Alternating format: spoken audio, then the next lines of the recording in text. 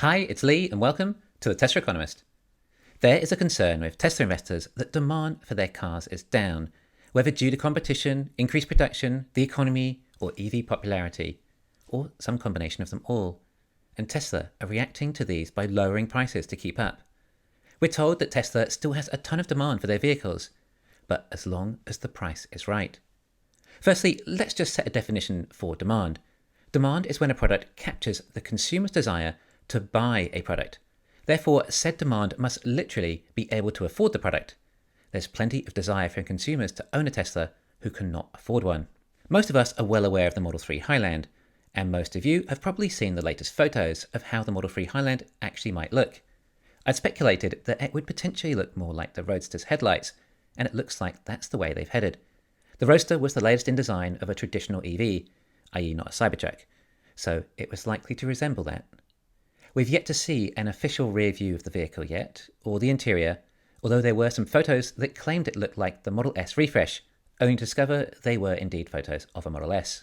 Now, some people out there think this is going to be a huge overhaul, and even going as far as potentially front castings, a massive update that will dramatically reduce costs, which is much needed at this point in order to restore margins. I'm of the opinion that an update as substantial as that would be too risky, and leave too much potential production downtime, like we saw with the S and X refreshes. They took a long time and didn't even include any next generation manufacturing, and that was for the two lowest selling models. 3 and Y are the core of the business. However, any downtime would likely clear any inventory Tesla have in the meantime. What if all the inventory build-up we're seeing now is by design to make sure Tesla have some supply during the downtime of the lines? On the other hand, the original Model Y from Fremont didn't have rear castings initially. They added that in soon after. So perhaps a rear casting might be simple enough. There's a chance that Tesla go all the way with structural battery packs and castings, but this may be too much downtime.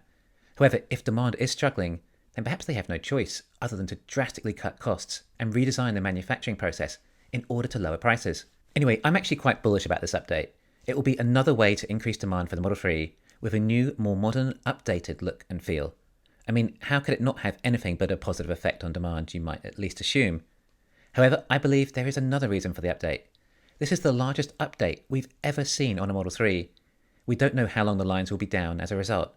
But as it is such a large update, then either way, Tesla will be making the most of it in every possible way.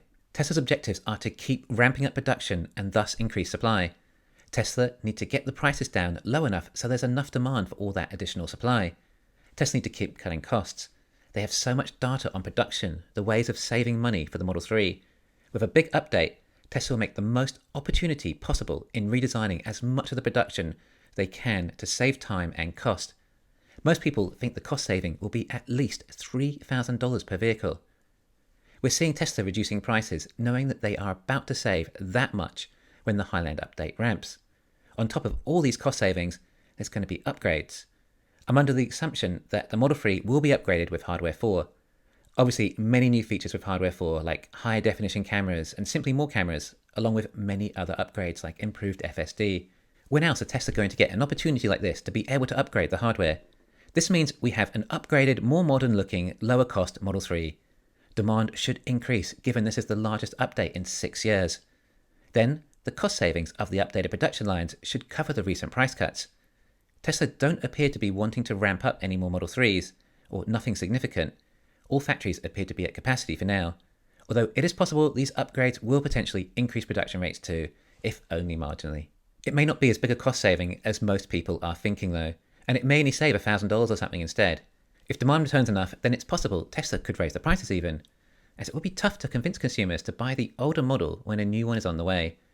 Another potential Osborne effect, so Tesla may well downplay the Highland update for this reason. It would just depend on how popular the new design is. But remember, like we said, Tesla have not been increasing supply of Model 3 by much since the Shanghai update. It more or less plans to stay at this level of production. Tesla don't need to find additional demand for the Model 3 for any further ramping. So with reduced costs, either we see some margin return or even lower prices generating more demand, or a combination of. Upgraded features and a facelift, this should all hopefully increase demand. We don't need to see a massive increase in demand. Something just like 10% alone would probably be enough so that supply meets demand, or deliveries meet production. These lower price points are okay. We don't need to go back to the excessive prices we saw before and reaching 30% gross margins. That was just whilst there was a supply constraint in the industry and demand for cars exceeded that supply, so prices rose. The thing is, operating margin was still only around 15% at that stage too. Tesla can eventually get back to their operating margin when economies of scale kick in and more vehicles are produced. On top of that, a lot of the future models should have much higher margins too, like Cybertruck, Semi-Truck and the Gen 3 vehicles. It means that if these prices for the Model 3 and Y are the market prices to stay, and eventually Tesla get costs down enough, and we see a consistent 20% gross margin from the 3 and Y, with a gross profit of around $7,500 to $10,000 per model, then it's very likely we will see the 15% operating margins return to, especially if the other vehicles increase overall margin. However, that's all just for the Model 3. We also want to see demand rise for the Model Y as well, which is why we have Project Juniper, likely sometime early in 2024. This will be the Model Y equivalent upgrade and update. The Model Y will get a similar facelift and cost reduction, along with upgrades like Hardware 4. Hopefully, this also has a good impact on demand for Model Y. Given how popular that car has been in the past, an update like this should only further add to popularity. Remember though, Model Y has 4 factories, compared to just 2 for the Model 3. At a guess, the first update for the Model 3 might be in Fremont. I'm not sure Tesla would take down both Model 3 lines at the same time, hard to know.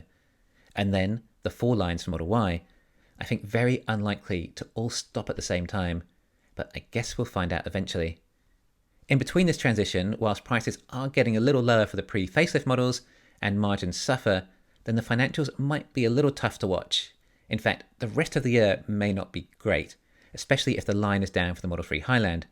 Then if the Model Y Juniper update takes the lines down again, it will be even rougher.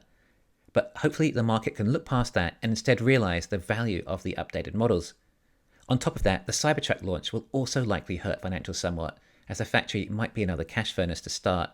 Although seeing that vehicle in production should be good for the stock price, even if it is reducing profits temporarily. Demand for the Cybertruck is hopefully going to be high for some time. The thing to watch this year for finances will mainly be energy and some bonuses from subsidies, and hopefully they can make up for the drops we may see in vehicles in the meantime. Anyway, once all these updates are out the way and all the factories are ramped up again, and perhaps even the economy has improved a bit, or interest rates are lower, then we would expect demand to return. Tesla has been an upmarket prestigious brand until now. The price points of the 3 and Y have corresponded with that position in the market, and Tesla has offered the features to match. Tesla is now a vehicle for the masses. The cost needs to match too. This will mean reduced luxury and prestige in these models, like removing the wood trim or fog lights, and I'm sure many of the other parts removed that we don't even get to see. We may see other luxuries removed too, perhaps like the heated steering wheel. Most auto manufacturers add these as optional extras, but my belief is that Tesla find it much more efficient in production, offering no options like that, other than just wheels and paint, which have very little to do with the assembly. Thanks for listening. Please hit the thumbs up and subscribe. You can follow me on Twitter and talk to me on Patreon.